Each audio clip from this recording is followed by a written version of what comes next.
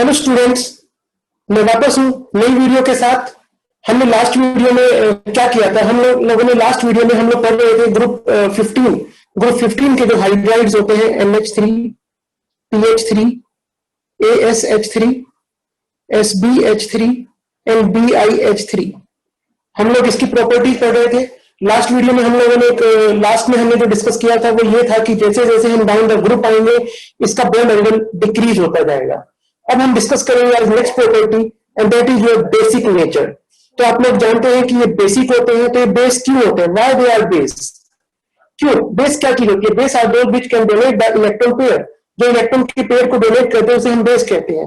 तो आप लोग जानते हैं कि इनके पास सबके पास एक एक लोन पेयर है, तो अपने लोन पेयर को बड़ी इजीली डोनेट कर सकते हैं। So they are basic in nature.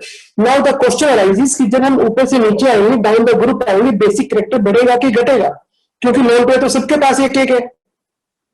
तो बड़ा सिंपल सा आंसर है इसका कि नाइट्रोजन का साइज छोटा है। आप लोग जानते हैं कि जब हम ऊपर से नीचे आते हैं तो साइज इंक्रीज होता है। नाइट्रोजन का साइज छोटा है, तो due to small size of nitrogen, electron density on nitrogen is high. Electron density on nitrogen is high. So easy to donate electron pair. इसलिए हम इलेक्ट्रॉन पेयर को आसानी से डोनेट कर सकते हैं। तो कौन ज्यादा बेसिक होगा? NH3, PH3, ASH3, SBH3, BiH3। इसको हम बड़े एक सिंपल तरीके से भी समझ सकते हैं। मैं एक छोटा सा एग्जांपल देता हूं इसका कि एक 5 साल का बच्चा, एक 20 साल का बच्चा, दोनों के पास एक एक बाल्टी पानी है। पानी तो एक एक बाल्टी है, लेकिन किसको भारी लगेगी? ऑफकोर्स जिसका साइज छोटा है। छोटे बच्चे को, 5 साल वाले को, तो वो आसानी से बाल्टी को दे देगा। तो जो सेम सिचुएशन है, नाइट्रोजन का साइज छोटा है तो आसानी से इलेक्ट्रॉन के पेयर को डोनेट कर देगा, इसलिए इसकी बेसिक स्ट्रेंथ ज्यादा है। ओके बच्चों, चलो आगे। Now the next property is bond dissociation energy. Bond dissociation energy, bond को तोड़ने के लिए जो एनर्जी चाहिए उसे हम कहते हैं बॉन्ड डिसोसिएशन एनर्जी। तो ऊपर से नीचे आएंगे तो बॉन्ड डिसोसिएशन एनर्जी इंक्रीज होगी कि डिक्रीज होगी? NH3, PH3, ASH3, SBH3, BiH3। तो बॉन्ड डिसोसिएशन एनर्जी का क्या होगा ऊपर से नीचे आने पे? तो देखो यहां पे जब हम बॉन्ड तोड़ने की बात करते हैं, जैसे हमने लास्ट टाइम भी पढ़ा था, NH3, हमें जो बॉन्ड ब्रेक करना है, कौन सा वाला बॉन्ड ब्रेक करना है? N और H के बीच का बॉन्ड। और N और H के बीच में कैसा बॉन्ड है? Covalent bond. और आप लोग जानते हैं कि कोवेलेंट बॉन्ड कैसे बनता है? By the overlapping of atomic orbital. और हम लोग जानते हैं कि जितना छोटा साइज होगा उतनी ही ओवरलैपिंग ज्यादा होगी, बॉन्ड स्ट्रॉन्ग होगा। So in case of nitrogen, the bond between nitrogen and hydrogen will be stronger as compare to PH3 and ASH3। So down the group bond dissociation energy decreases. तो किसकी ज्यादा होगी? Of course NH3 की, फिर PH3, फिर ASH3, फिर SBH3 and then BiH3। Okay बेटा, चले आगे। नेक्स्ट प्रॉपर्टी है हमारी थर्मल स्टेबिलिटी। तो देखिए आपको नाम से ही पता लग रहा होगा, थर्मल स्टेबिलिटी।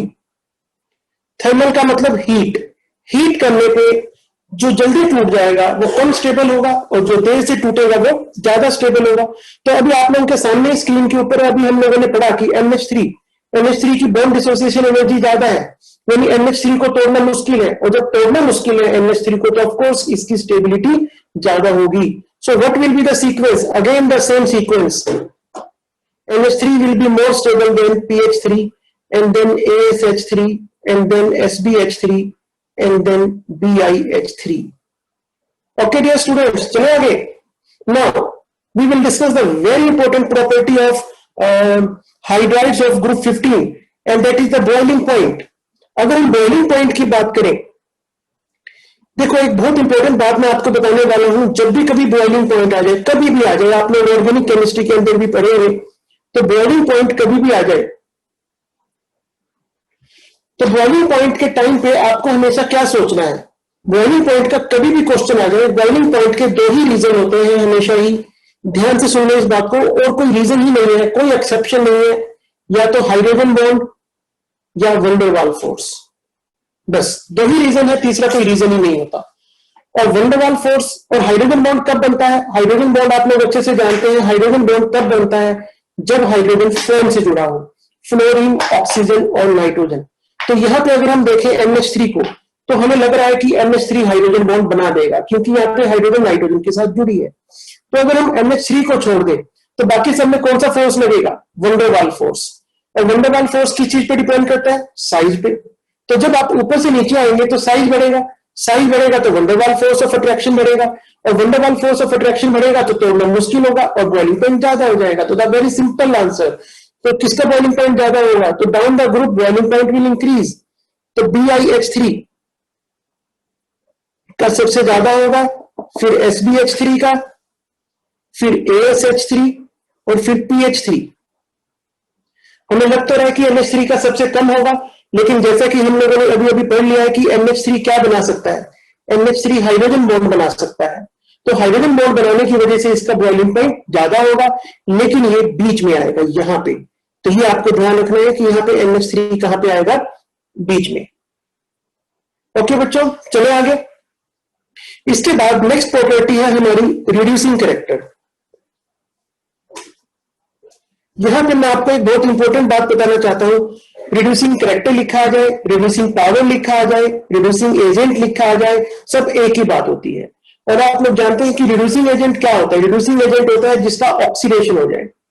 तो अगर हम ऑक्सीडेशन की बात करें तो ऑफकोर्स ऑक्सीडेशन की बहुत सारी डेफिनेशन होती है, लेकिन मैं यहाँ इस सिचुएशन में अगर बात करूं तो यहाँ पे हम ऑक्सीडेशन का मतलब देखेंगे टेंडेंसी टू रिलीज हाइड्रोजन।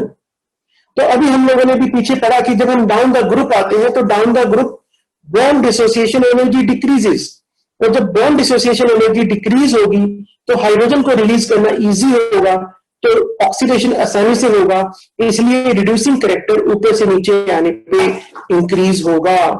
तो सबसे ज्यादा बच्चों किसका होगा रिड्यूसिंग कैरेक्टर?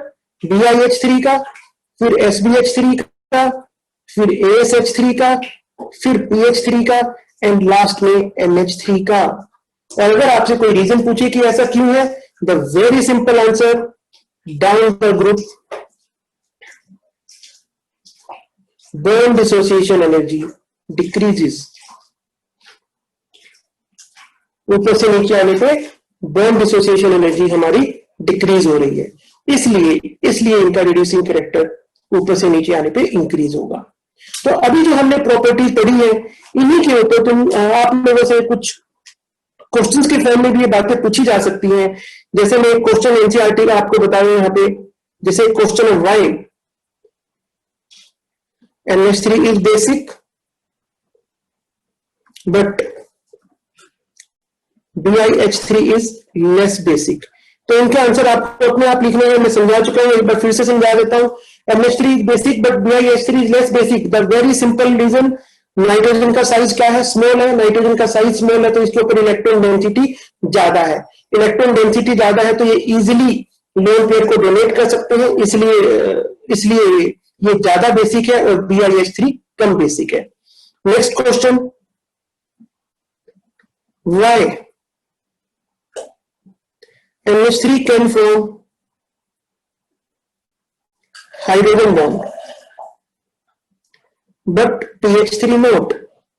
सेम क्वेश्चन हमने 11th क्लास के अंदर भी पढ़ा हुआ है। जैसे कि मैंने भी आपको बताया कि हाइड्रोजन बॉन्ड कब बनता है? हाइड्रोजन बॉन्ड तब बनता है जब हाइड्रोजन फोम के साथ जुड़ी होती है, फ्लोरीन, ऑक्सीजन और नाइट्रोजन। तो क्यों ऐसा, क्यों इन तीनों के साथ ही क्यों बनता है? बड़ा सिंपल सा रीजन है, क्योंकि इनकी इलेक्ट्रोनेगेटिविटी ज्यादा होती है।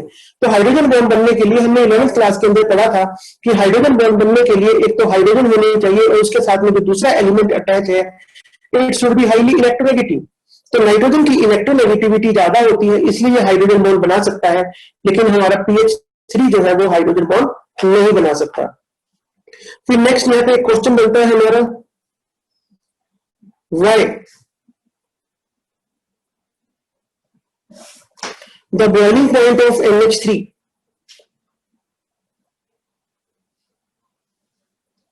is greater than PH3।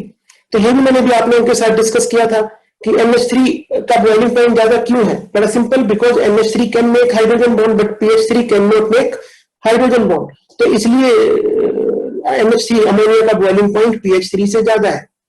अब यहाँ पे एक नया क्वेश्चन आता है, इसको जरा ध्यान से समझिएगा। यहां पे क्वेश्चन है why पेंटाहेलाइड्स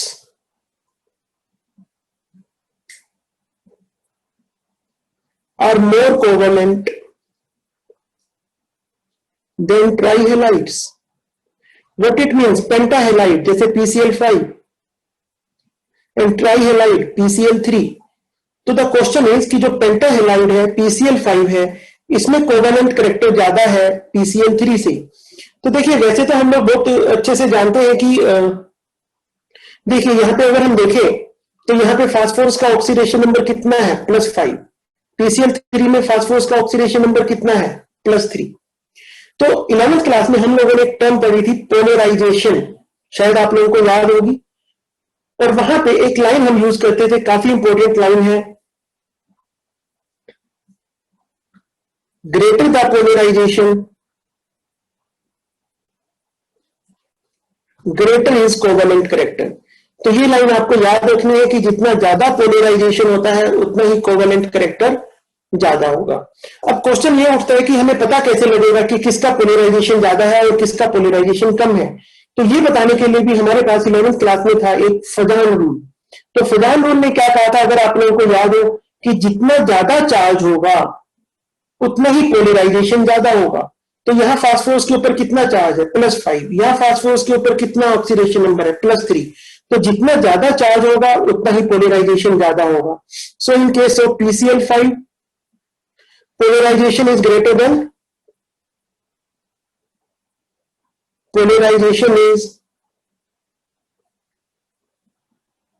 than PCl3।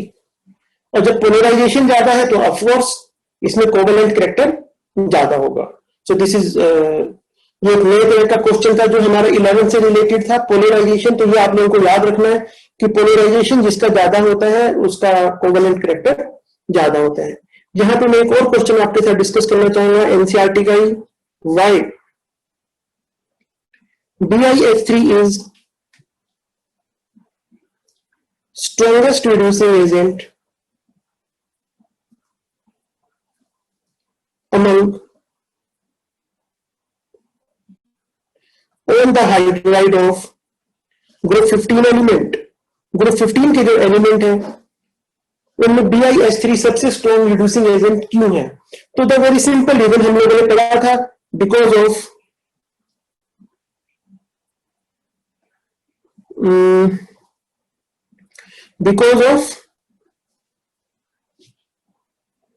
Low bond dissociation energy. क्योंकि हम लोगों ने पढ़ा था कि BiH3 की बॉन्ड डिसोसिएशन एनर्जी कम है। अब जब बॉन्ड डिसोसिएशन एनर्जी कम है तो हाइड्रोजन को रिलीज करना इजी है, इसलिए ये हमारा स्ट्रॉन्ग रिड्यूसिंग एजेंट होता है।